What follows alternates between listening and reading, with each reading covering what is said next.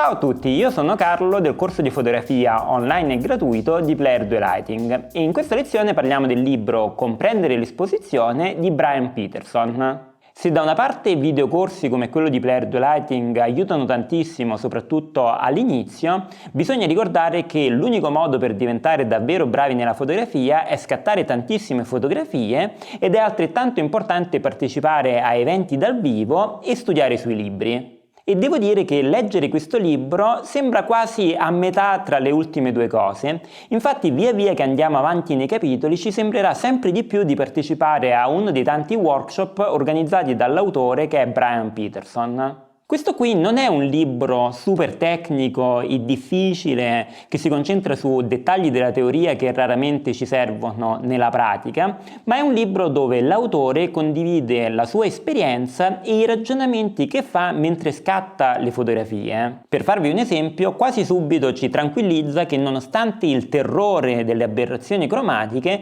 se ci serve possiamo anche scattare con un'apertura del diaframma di f22. Oppure un altro esempio ci offre un metodo per ottenere esposizioni sempre perfette in esterno, chiamando in aiuto quelli che lui chiama simpaticamente i fratelli cielo, ovvero ci dice dove e come prendere l'esposizione prendendo come soggetto di misurazione il cielo della situazione in cui stiamo scattando. Essendo l'esposizione imprescindibilmente legata a tanti altri fattori della fotografia, in questo libro si parla anche di composizione, di mosso e di sfocato, tenendo però sempre un occhio di riguardo verso i ragionamenti che ci servono per ottenere un'esposizione che sia allo stesso tempo giusta e creativa compatibilmente al nostro gusto artistico. Posso garantire in prima persona che questo libro aiuta tantissimo a capire il discorso sull'esposizione perché più di 10 anni fa, quando ho iniziato a studiare fotografia, grazie a questo titolo finalmente mi si erano schiarite le idee su tutto il discorso dell'esposizione e dei valori di scatto. In questo video parliamo della quarta edizione, che è la più recente, dove gran parte delle immagini sono state aggiornate con scatti più recenti dell'autore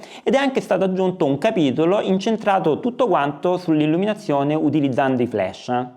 Il libro ha uno stile scorrevole e di facile comprensione con tante immagini belle grandi che possiamo analizzare e goderci mentre leggiamo e in generale è un libro che si legge molto in fretta e facile da consultare anche una volta che lo abbiamo finito. Nel libro si parte con argomenti ed esempi molto semplici e via via che andiamo avanti nei capitoli si cominciano ad affrontare argomenti più avanzati come per esempio gli esposimetri e le diverse modalità di misurazione dell'esposizione. Senza darvi troppe anticipazioni sul libro, ma per farvi capire un po' lo stile dell'autore di Brian Peterson, vi posso dire che per esempio introduce in un capitolo le aperture del diaframma chiamate chi se ne importa e queste sono le aperture del diaframma che si aggirano tra f8 ed f11 per quando la profondità di campo, quindi l'area nitida nella nostra fotografia, non è così importante perché magari i nostri soggetti sono tutti quanti allineati sullo stesso piano di messa a fuoco e utilizzare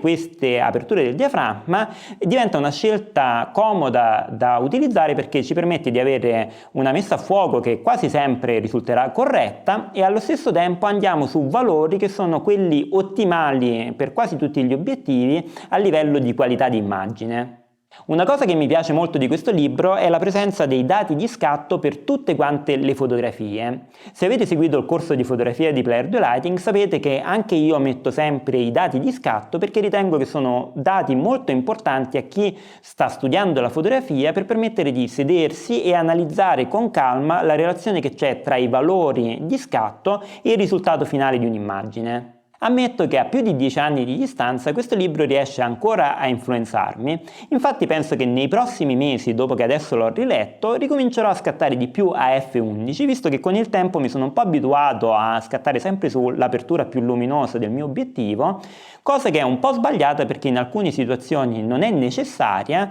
e anzi può danneggiare leggermente la nitidezza dell'immagine. L'unica piccola critica che riesco a fare a questo libro è il fatto che mancano in assoluto degli schemi che spiegano alcuni degli argomenti come l'apertura del diaframma o il tempo di scatto. So per esperienza diretta che all'inizio avere un po' di schemi che riassumono gli argomenti aiuta di più a immobilizzare nella mente i concetti. Se state vedendo il video poco dopo che è stato pubblicato, potreste essere tra i fortunati che vinceranno una delle 2 copie che daremo in omaggio. Per partecipare dovete solamente lasciare un qualsiasi commento qui sui commenti di YouTube. Si dice che la cultura non ha prezzo, ma noi siamo ancora più fortunati perché questo libro costa soltanto 25 euro e vi posso assicurare che è un investimento che darà molto in fretta i suoi frutti. Per questa lezione è tutto, come sempre potete scrivermi per dubbi o suggerimenti su carlo@player2.com o potete contattarmi su tutti i siti e i profili di Player 2 Lighting.